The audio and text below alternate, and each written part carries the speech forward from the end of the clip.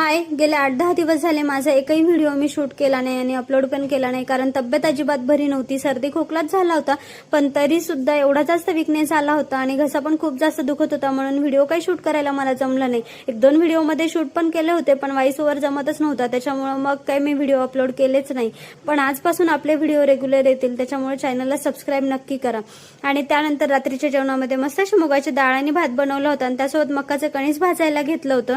मस्त असं मक्काचं कणीस भाजलं आणि गेले ना 2-3 दिवस झाले मिस्टर पण घरी नव्हते, त्याच्यामुळे तर अजूनच जास्त लो फील होत होतं, कारण कंपनीच्या कामानिमित्त ते कर्नाटकला गेले होते. आजच परत आले. मग सगळ्यांनी छान असं जेवण केलं आणि त्याच्यानंतर बाबूनी पण मस्त मक्काचं कणीस खाल्लं आणि सकाळच्या तयारीसाठी त्याची मस्त रात्री कोल्हापुरीला तेल लावून ठेवलं होतं आणि शेजारच्या ताईंनी त्यांच्या मुलीला खूप छान रेडी केलं होतं. मी फक्त ब्लश लावून दिलं आणि त्याच्यानंतर बाबूला पण छान असा गंध वगैरे लावला, त्याला तयार केलं.